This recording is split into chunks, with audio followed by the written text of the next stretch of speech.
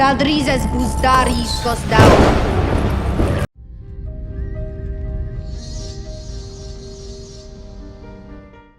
What's up? House of the Dragon is coming out, and I'm gonna be doing more Jon Snow, Song of Ice and Fire, Winds of Winter content, but I decided that I'm going to try to do at least 2 to 3 House of the Dragon videos a week. Anyway, this video is going to be 5 random facts that you may or may not have known about this new series. Most of them, well, some of them will take place throughout the entirety of the series, but some of them will happen in the first season. Please do me a massive favor, and if you're already subscribed and you already slapped a like on it, consider checking out my Patreon over on patreon.com/SirHuntsReviews. Basically, that's just a way to combat YouTube's algorithm in the fact that they, ever since Game of Thrones Season 8 ended, have been pushing my videos to the bottom of the ranking, and I've been losing subscribers like crazy. So Patreon is just a way to combat that. Thank you so much for watching, and thank you to every single member of my Patreon producers over on patreon.com/SirHuntsReviews. I know not. Okay, now the first thing that I want to mention is Blackfire. I've seen a bunch of comments on my videos and on the actual trailer on YouTube, or the teasers rather, for House of the Dragon. People are confused about who's going to be wielding Blackfire because most people know that Viserys is going to die in the first season. Very much like Ned Stark, and the fact that, well, kind of, but not really. No one, and the average show watcher saw Ned Stark's death coming, but Viserys' death will be more so writing on the wall. Like, his death will be the catalyst that'll kick everything off in the series. But Blackfire, he holds it in the trailer. We see him standing in front of the Iron Throne. Blackfire is actually wielded by Aegon II, who is his son, his true-born son, with his wife Alicent, but Rhaenyra is his heir. King Viserys names Rhaenyra his heir multiple times. We see in the teaser that he has the entire realm pledge fealty to her. So when Alicent usurps the throne from Viserys and Rhaenyra, when Viserys dies, Aegon II is crowned in the Dragon Pit by Blackfire, and he's given Aegon the Conqueror's crown.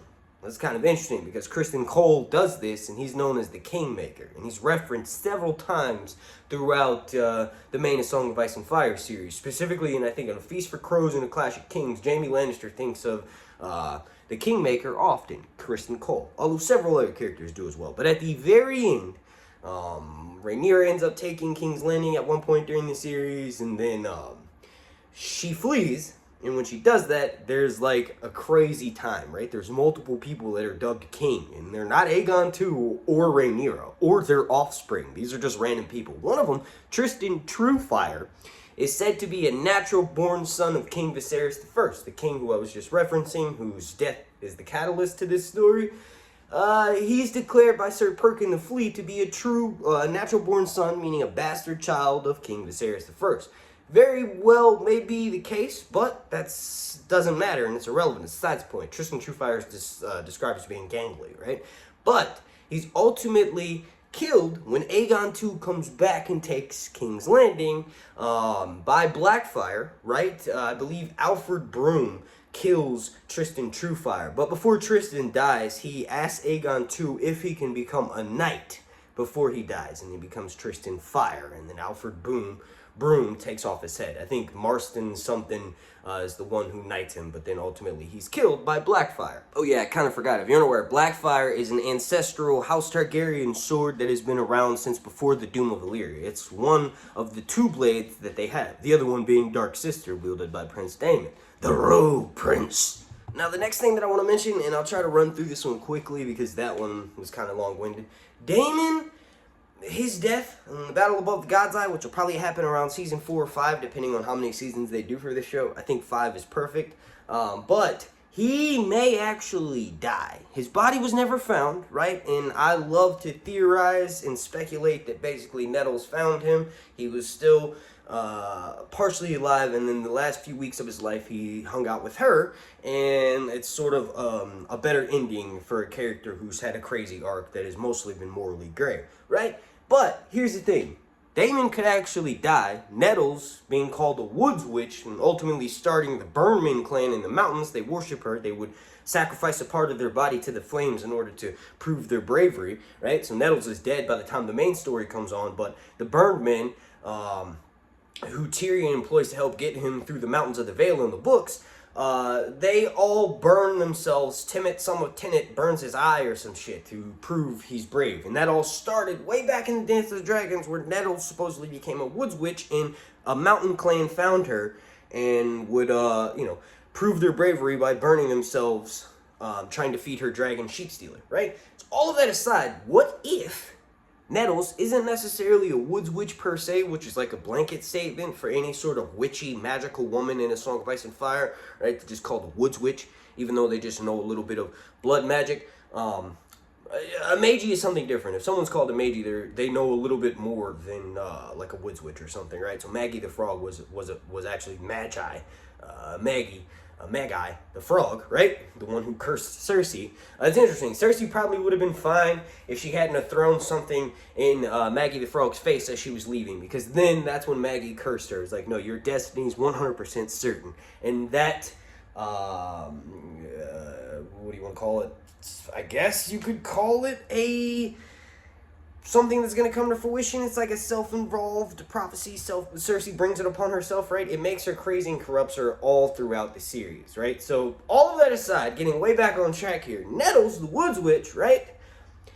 What if she's a follower of her lore, finds Daemon dead, brings him back to life, and we have a connection to Targaryens in her lore? And I don't know, I'm theorizing. This was supposed to be a facts video, but Daemon does die in the battle above the God's Eye. Okay, now the next thing that I want to mention is that people, myself included, were kind of disappointed to not see Viserys' actual crown from the books. He doesn't use the Conqueror's crown, right? He has a crown that's got the 7 colored gems of the Faith of the Seven, which is the dominant religion in Westeros. The Targaryens, Valyrians of old don't necessarily have a dominant religion, right? They intentionally let their slaves worship many different gods, so that way they wouldn't band together and unite under one faith and overthrow the Targaryens or the Valyrians, right? And the Valyrian freehold, they're slave masters, right? So all of that aside, I think that Viserys' gem, the gems on his crown rather, in House of the Dragon, could be on the sides, right?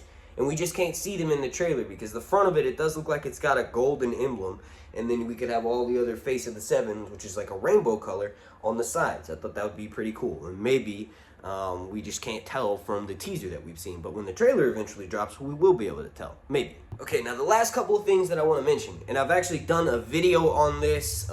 Just go to YouTube, type in Sir Hunt's Rhaenyra is Cersei, right? So everybody thinks that Daenerys and Rhaenyra are the same, and that's not necessarily the case. I don't have a lot of time for this video, but just let me give you one example of how Rhaenyra is way closer to Cersei than she is to Daenerys. Daenerys does not have any actual children.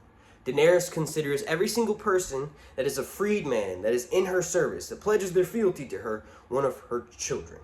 She has the potential to go crazy, but as of right now, there's no prophecy that's driving her insane. Like, she knows that the dragons are back, she knows that she's a dragon, and dragons are monsters, but right now it's all just hearsay. Daenerys, because she knows her father is the Mad King, is very weary about falling down that dark path. Now, mind you, her last POV in the Dance with Dragons is kind of crazy, but you gotta realize she's delirious, hasn't eaten in a while, is suffering from dehydration, got her period and an abortion all at once. She also ate some wicked berries, right? All of that is why she's having those dark, dark thoughts. Cersei, on the other hand, is ruled by prophecy.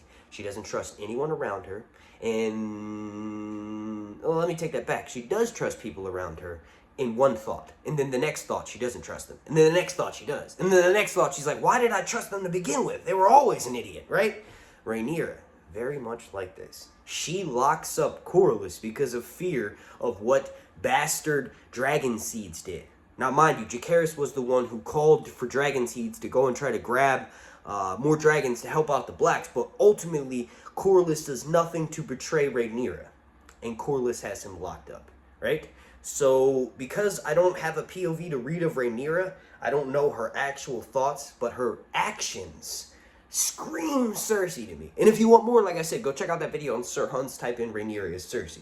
But one thing, the actual fact that I want to say, besides my opinion of Rhaenyra being way more like Cersei than Daenerys, is that Rhaenyra is actually fed to her brother Aegon II's dragon. Happens in Dragonstone. She flees King's Landing after she takes King's Landing and is totally not expecting her brother to be there until she sees her maester hanging up outside the walls, like, right? So her and Aegon III make their way to the throne room inside Dragonstone, and Aegon II feeds her to Sunfire in front of Aegon III. And ever since then, Aegon III, or Aegon the Younger, during the Dance of the Dragons, as he's known, has a fear of dragons, and he's actually known as Dragonsbane, and he wants nothing to do with them after this point. Okay, now the last thing that I want to mention for this video, and I actually have photographic proof I'm showing you right now.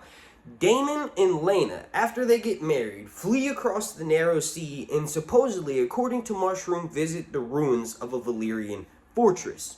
I've got pictures from the House of the Dragon set leaks while they were filming this year and last year, right?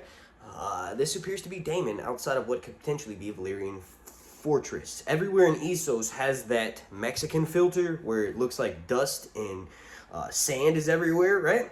So, it's possible that this is that fortress that they supposedly go to. Like, supposedly they went to the ruins of Old Valyria, but maybe they go to a Valyrian freehold fortress and discover more secrets about dragons that are then compelled through dialogue, or that are explained through dialogue to us, the viewing audience, and maybe they could be confirmed as somewhat of canon for this series, and maybe eventually for the books when Martin writes it. I want to thank you all so much for watching. My name's Mark.